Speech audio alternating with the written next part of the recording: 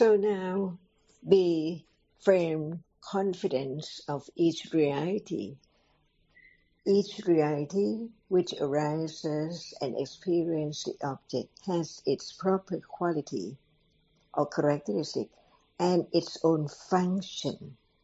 That which arises to experience must have its function. So the function of that which is the chief is citta. A reality is function, not to like or dislike or to remember or to feel. It just performs the function of experiencing the object clearly. The other reality, the other nama, cannot experience the object clearly. That's why there are Dhamma and two different kinds of realities. One arises to experience the object, the other kind arises but cannot experience the object. So from one word Dhamma, there must be the Nama Dhamma and the Rupa Dhamma. From one Dhamma to be two kinds of Dhamma. And for the Nama Dhamma, there are two kinds too. The reality which arises and experiences performs the function of experiencing the object clearly is citta. And the other namadhamma, attachment, aversion, feeling, remembering, are all nama because they experience the object and they perform their function. They cannot perform the other function. For example, the reality which arises to attach, to like, to cling is not the one which dislike or hate. See? So there are many different namas, dhamma, and different rupas too. So we learn about the ultimate truth of no one or a dhamma conditioned to arise and fall away instantly, beyond anyone's expectation or understanding because it's so very deep and so very profound. That's why learn to understand the deep, the profound characteristic of each reality. Otherwise, there must be the idea, I see, I hear, I like, I dislike, because the reality which arises and experiences, no one there, so it's I. The seeing is I, the hearing is I. But Buddha enlightened the truth. No I, no one, no permanent reality that arises and falls away. It's so very short. Is it clear? Ajahn, Namadhamma, Yeah. other kind of Dhamma. Excuse me, other kind of namadhamma also experience the object, but not as the chief. It has its own characteristic, its own function. For example, the one which arises to attach or to like cannot dislike. Its function is to arise to be attached. That's why there are citta and cetasika, the two kinds of namadhamma. So now from one word, dhamma, there are two words, namadhamma and rupadhamma. And then there are three words, citta, cetasika, and rupa. Because there are two kinds of nama. Citta can never be cetasika because its function is just to experience the object. No other function. It cannot like or dislike. It cannot feel, it cannot remember. And the other reality which arises and experiences. So these two kinds, the citta and the cetasika, arise together, condition each other to arise to perform the function. Citta arises to perform the function of citta, and cetasikas, the other mental quality, nama, arise and experience the object, the same object, because they arise together, experience the same object, fall away together. See? That's why citta and cetasika arises together all the time. The citta cannot arise without cetasika, and the cetasika cannot arise without citta. But citta itself cannot be unwholesome or wholesome. So the word for citta is bandara, it's pure. But the cetasika which arises with one citta condition citta to be unwholesome because there is attachment, ignorance, and the other moment, ignorance and irritation and so on. That's why we learn a little more from Dhamma into two kinds of Dhamma, Nama Dhamma and Rupa Dhamma. And for Nama Dhamma, there are two kinds, Citta, the chief of experiencing, and cetasikas arise together, experience the same object, but different function, different characteristic. And no matter in Vinaya or Suttanta or Abhidhamma, all about Dhammas, Citta, Cetasika, and Rupa. And the other one, Nibbana, not Citta, not Cetasika, not Rupa. But it's not daily life. That's why to understand the world is understanding what is there from moment to moment. And why is the world? Because it's there. If it's not there, no world at all. If there is no Citta, can there be any world? No. Not at all. So seeing is a world of seeing, the world of colors only. No understanding of the truth. Take it by nimitta, by the sign of each reality, the sign of seeing right now. Not only one seeing, see. Because as soon as one opens one's eye, so many things around, seen, see. Not just only moment. So what appear is by way of nimitta, just the sign of seeing, and the sign of that which is seen. Nimitta. The word appears by way of nimitta, the sign of one reality. Like the sign of seeing. Many seeing right now. Just only one seeing cannot be realized. So it's the word of nimitta. Years and years and years and years ago, so very deeply rooted or accumulated, until just the word of truth, one by one, can condition the understanding of the truth. 3 rounds. The first round is only hearing, considering the truth of each moment as it's not permanent. So, in truth, what appears does not appear as it is. Is that right? By Yes, way of the Ajahn. Buddha. So it has to begin to understand the truth firmer and firmer. Otherwise, it's not the studying of Dhamma, because Dhamma is there from head to toe. Is that right?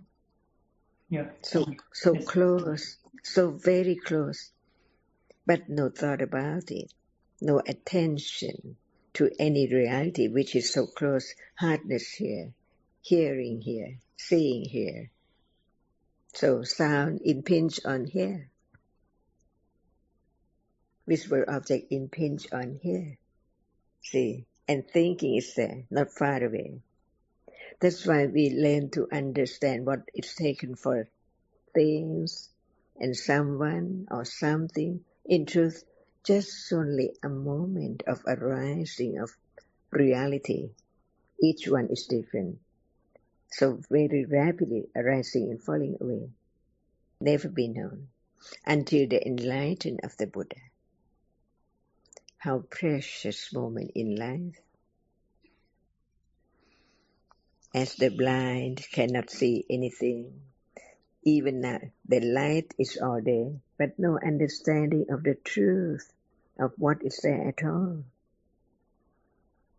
It does not appear as it is. As it is, to Panya has to be in darkness, because only just one dot of light at moment of seeing. Otherwise, all in darkness. Darker than when we turn off the lights, because that is the idea. It's dark. So the darkness of ignorance, see, years and years ago.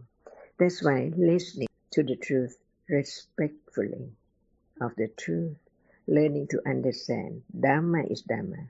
No one can change, no one can do anything, because actually no one at all, only Dhamma. That's why understanding the term, the word of Dhamma, while the other just take it for the teachings of the Buddha. But what about Dhamma? Only about Dhamma, whatever is real. So don't be careless, just take the word for granted that it's understood. But it's so deep that the more understanding, the more subtle it is. And that is the way to let go the very subtle truth of each reality right now, one by one. Even they are together. Right understanding begin to understand the truth of each one. To know that what are they? Not only Citta, but Citta is the chief of experiencing. But there is the mental reality, cetasika, also experience the object, arise together, perform its function, different functions for each cetasika. And Citta itself is only the chief of experiencing the object, no matter what cetasikas is arising with, performing the function of the cetasika.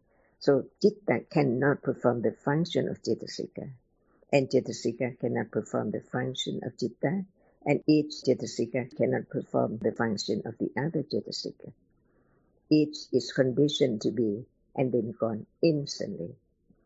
That is the subtlety of life, of the world, of Dhamma. So, is it true? No one. Is it deep? Yeah, it is so deep. And that is the understanding of Dhamma. That is so deep, so true. Abhidhamma, Paramadadhamma, Ariya Satya Dhamma. See, what is real is Dhamma. Anger is real. It experiences the object which it gets angry with. See, so Citta experiences the object no one knows. Just attend to the object which is experienced each moment. From seeing what is seen, what is heard, what is touched, what is smelled, what is tasted, what is thought about. But there must be the chief of experiencing that object each moment. So very, very rapidly condition the whole world to be the mountain and the sun and the moon and everything. But if there's no Citta at all, see, nothing can appear. So all depends on Citta in one aspect. Without Citta, nothing can be there at all. No sun, no moon, no sky. See, is this Dhamma? See, so more understanding of Dhamma, more confidence of Dhamma is the only way. At that very moment of understanding, it let go. It wears away ignorance and attachment. So very little comparing to that which has been accumulated years and years and years ago. See, so you still keep on studying to understand the truth, which can be understood at moment of hearing, considering. It leads to the deeper understanding, deeper and deeper. So now who's the Buddha? See, great virtues of wisdom beyond anything in the universes. Even Deva and Brahma came to see him, ask questions and so on, pay respect to him. See, at your land now, India, Prajakrit, Savatthi, one understand the meaning of the word. So it's good opportunity to share the understanding with the others, the most precious gift. So now, study just one word to understand more. So not just the word Nama-dhamma, two different kinds of Nama-dhamma. Citta is the chief. It arises eons and eons and eons ago of eons, non-stop, just one moment at a time. As soon as it's gone, it conditions the next one. And that is anantara paccaya. No one can stop the way Citta is. Because as soon as it has fallen away, it conditions the next Citta. Right now, how many minutes? See, Citta arises and falls away by way of anantara paccaya. No one can stop paccaya condition for whatever arises. So the chief of experiencing the Citta and cetasikas condition the next Citta and cetasika instantly, because each one has anantara paccaya. So now we learn about the truth of what is there, little by little. We will learn more, not just only Citta and cetasika, but have firm confidence of Dhamma and Sankhara-dhamma conditioned reality. It needs conditions, Sankhara, for its arising. So whatever is conditioned is Sankhara-dhamma. So is hardness Sankhara-dhamma? Yes, Ajahn. Why? No can answer. That's why we learn even just the word. We can read about the word but no understanding. We read about Dhamma. If there's no studying, considering, we take Dhamma wrongly. Not clear at all. Very superficial. Dhamma, Rupa, that's all. But the truth is that nothing can arise alone. See, because it needs its condition for its arising. And the condition arise together too. That's why nothing can arise alone. Even hardness. It needs the other Rupa, Mahaputta Rupa. Everyone heard about this. Even hardness cannot arise alone without other Rupa arising, supporting each one to arise. There are altogether 4 kinds of Rupa as the Mahaputta Rupa, the primary Rupas. Patvi, Techo, Apo, Vayu. And you heard the word about Patvi. It's not just the earth, but it's whatever is hard or soft. It's real. It's the main primary rupas. For other rupa to arise, like smell or visible object or color, without the 4 primary rupas, no other rupa can arise. That's why it is also Sankhara-dhamma. So we don't just learn about the word, no understanding, but to understand the meaning of Sankhara-dhamma. Whatever arises cannot arise alone. What does it mean? There must be other reality arising together, and each condition the other to arise.